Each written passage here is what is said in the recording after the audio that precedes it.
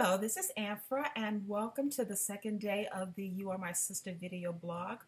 I decided that I will do a blog every day to keep the momentum going, and because there's so much to talk about, I do want to preference today's message, if you will. I hate to say message because I'm not a preacher, but people keep telling me, "Preach, sister, who are you?" or whatever, but I'm not a preacher. I'm not an evangelist. I'm not a prophet. I am a black woman who was fed up. I'm a black woman who was tired of being miseducated.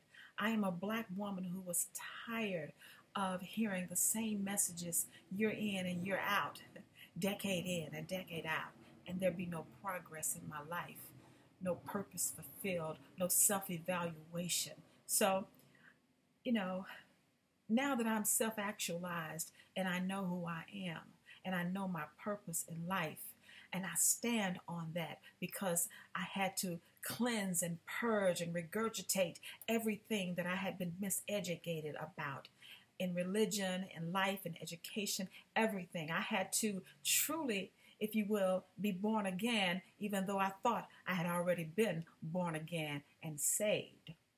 So I want to talk about that today. What is saved and what is born again? Because that in Christianity, as black people in particular, is something that we love to say once we join a church and become part of the congregation and have a pastor and all of that. We love to say we're saved because we joined a church and we are working, within the church or whatever we're doing, which is nothing wrong with that, and that we are born again. We say these things without really understanding what they mean, what they should mean, and if we are really living that type of lifestyle, or are we just professing it? Because being saved and born again are just symbolic of something. It's just symbolic of a rebirth, a spiritual rebirth. Saved as meaning you was once lost.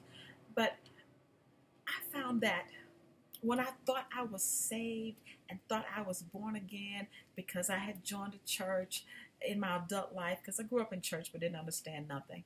But once I became 22 or 23 years old, I joined a church and I actually became active.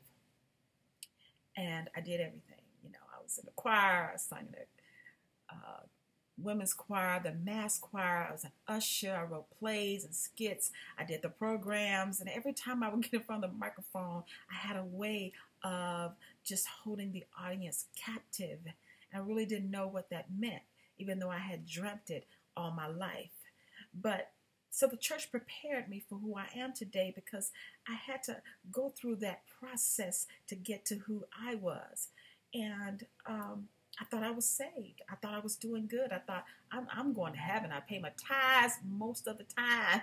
I was a single mother, and I loved my church family in Memphis. I did. I was a member of St. Mary's Missionary Baptist Church in Memphis, Tennessee. Some of the best times of my life. It is where God had to train me, actually.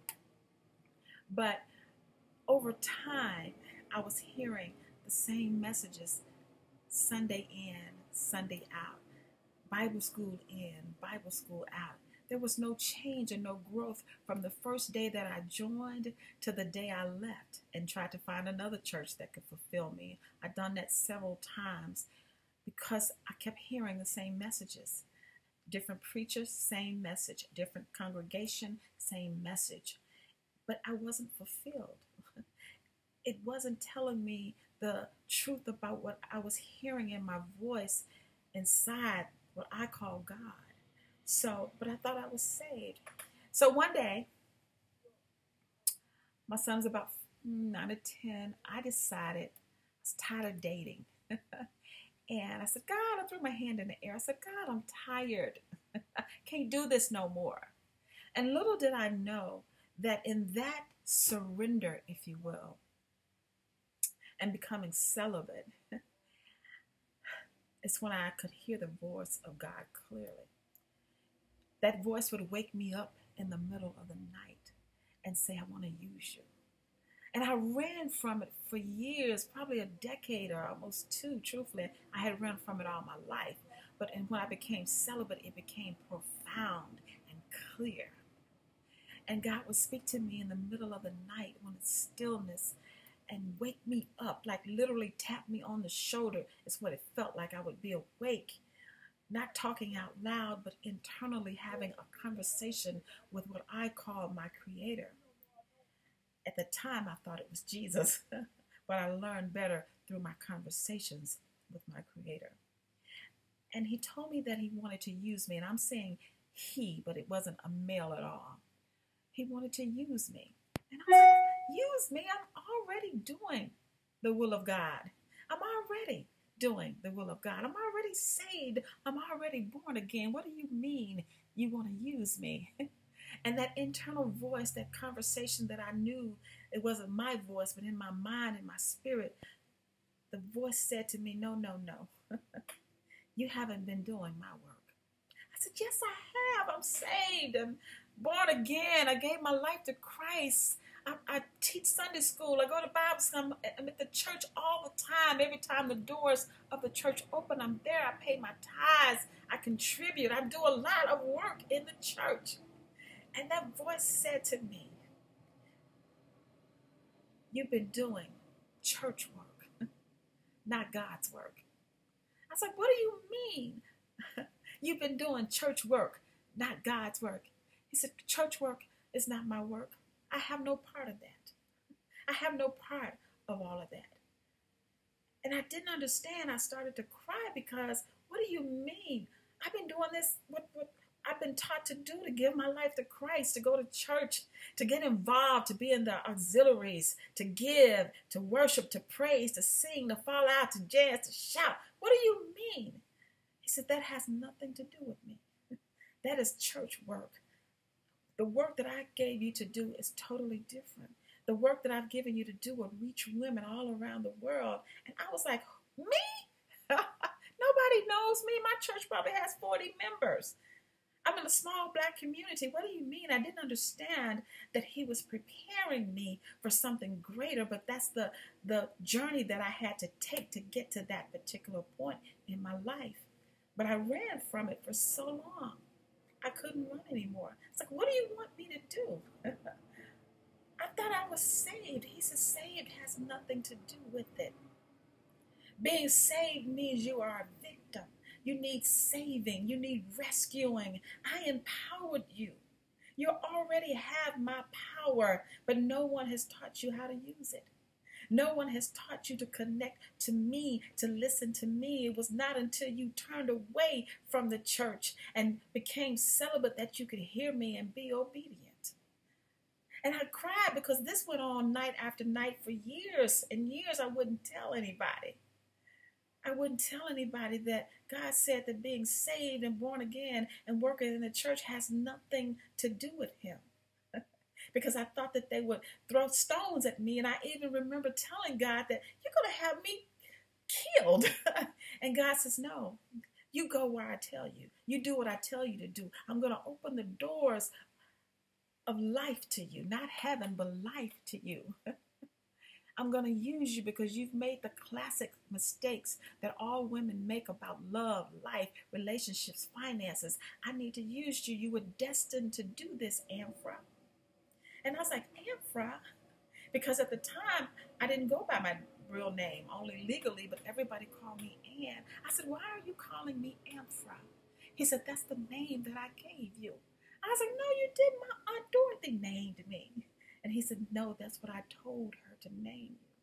I said, you caused me all this embarrassment, humiliation. People couldn't pronounce my name. And he said, I gave you that name for a reason, because it has a meaning.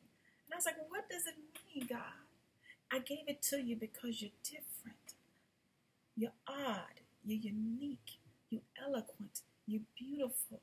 And you're unforgettable. I didn't make anybody else like you to do what you do.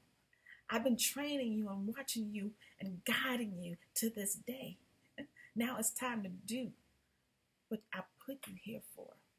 And that was around 1998, y'all.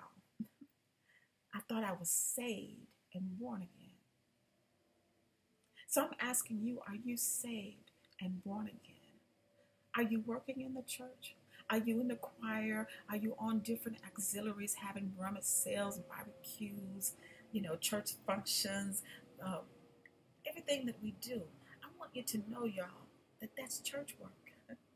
God's work is so different.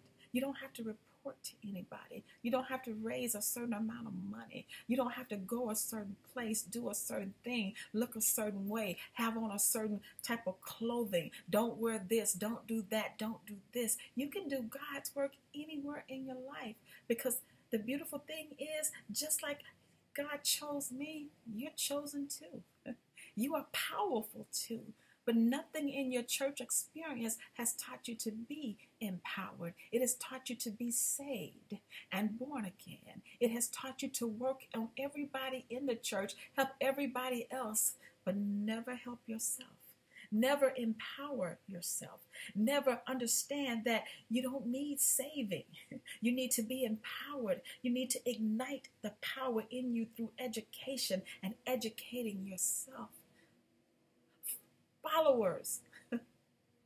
Followers is what we are when you are a leader. Blind people need leaders. Lost people need leaders. At some point in your spiritual growth, you need to become empowered. You should see for yourself. You should have an awakening.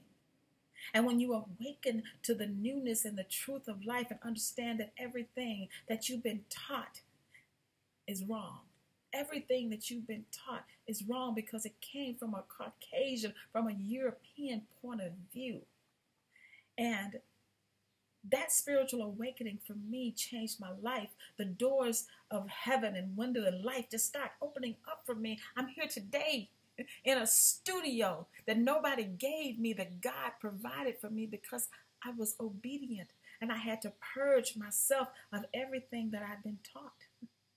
And now he's still using me to let you know, women, black women in particularly, that you are powerful, my sister.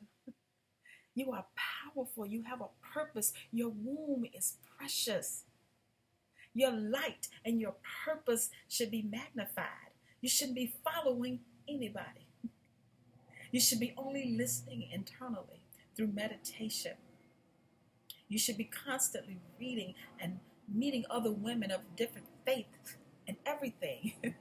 We go to churches and they tell us, oh, no, the Buddhists are crazy. Oh, no, the Muslims are evil. That's not true, because everything you've been taught is a lie. And I'm here not as a leader, not as anyone that's trying to conform you or convert you to believe what I believe.